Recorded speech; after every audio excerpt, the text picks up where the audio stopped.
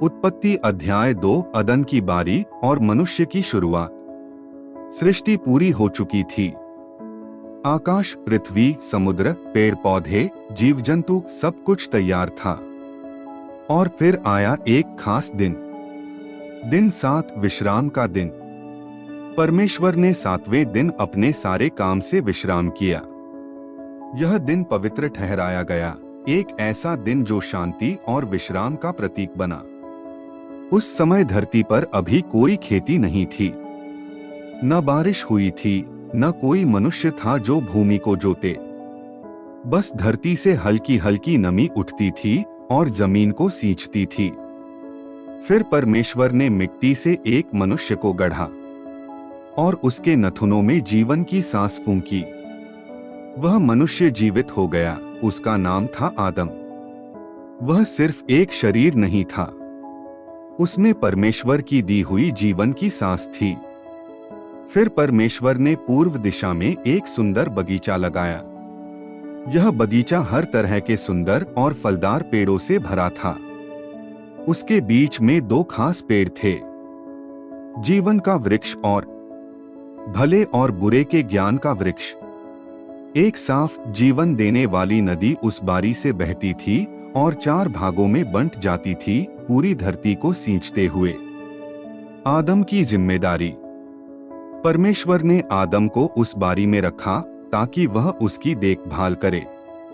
उसे स्वतंत्रता दी, लेकिन एक आदेश भी दिया, तू हर पेड़ का फल खा सकता है, पर भले और बुरे के ज्ञान के वृक्ष का फल मत खाना, क्योंकि जिस दिन तू खाएगा उसी दिन तू मर जाएगा।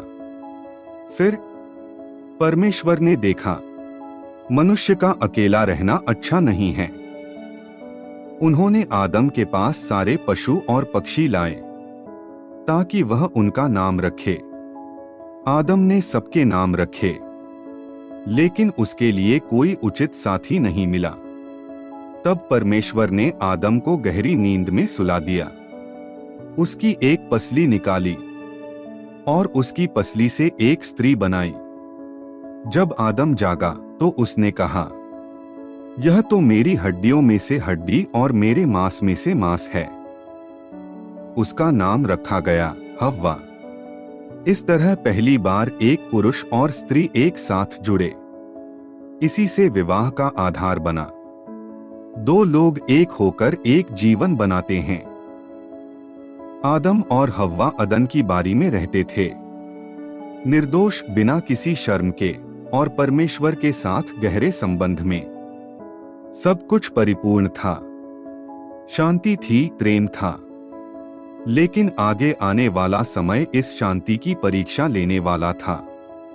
मुख्य संदेश, परमेश्वर ने मनुष्य को खास उद्देश्य से बनाया।